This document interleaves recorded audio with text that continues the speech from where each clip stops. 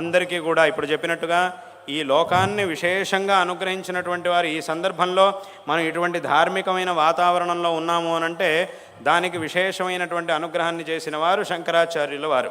శంకరాచార్యుల వారు ఎవరు అనంటే స్వయంగా ఆ శంకరుడి యొక్క అవతారం. ఆ శంకరుడే శంకరాచార్యుల వారుగా అవతరించి ఈ ధర్మాన్ని ఉద్ధరించాడు. కాబట్టి అటువంటి ఆ శంకరుడు, ఆ పరమేశ్వరుడు శంకరుల రూపంలో ఈ లోకానికి చేసినటువంటి విశేషమైన అనుగ్రహం అనేది ఏదైతే ఉందో దాన్ని మనం ఎంత మాట్లాడినా కూడా, ఎంతకాలం దాన్ని వర్ణించినా కూడా దాని యొక్క మహిమని మనం పూర్తి చేయలేము. కాబట్టి అటువంటి ఆ భగవంతుణ్ణి, ఆ భగవంతుడే అవతారం చేసినటువంటి శంకరాచార్యుల వారిని ఎప్పుడు కూడా మనం స్మరించాలి.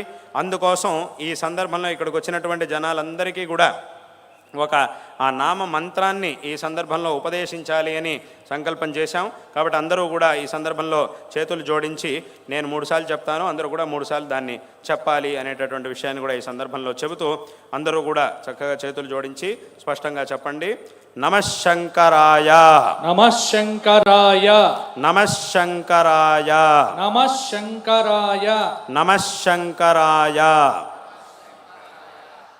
అందరూ కూడా ఈ నమఃశంకరాయ అనేటటువంటి ఈ మంత్రాన్ని ప్రతిరోజు తప్పకుండా 108 సార్లు జపించి ఆ తర్వాత మీ పనులు ఏవైతే ఉంటాయో ఆ పనులకు వెళ్ళండి.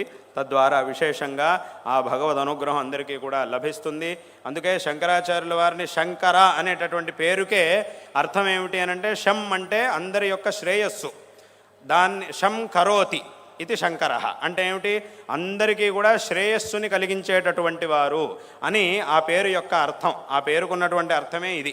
కాబట్టి ఈ నామాన్ని, ఈ మంత్రాన్ని ప్రతిరోజు అందరూ కూడా చక్కగా జపించడం ద్వారా అందరికీ కూడా సకల మంగళాలు లభిస్తాయి అనేటటువంటి విషయంలో ఏమాత్రం సందేహం లేదు. కాబట్టి దీన్ని అందరూ కూడా చక్కగా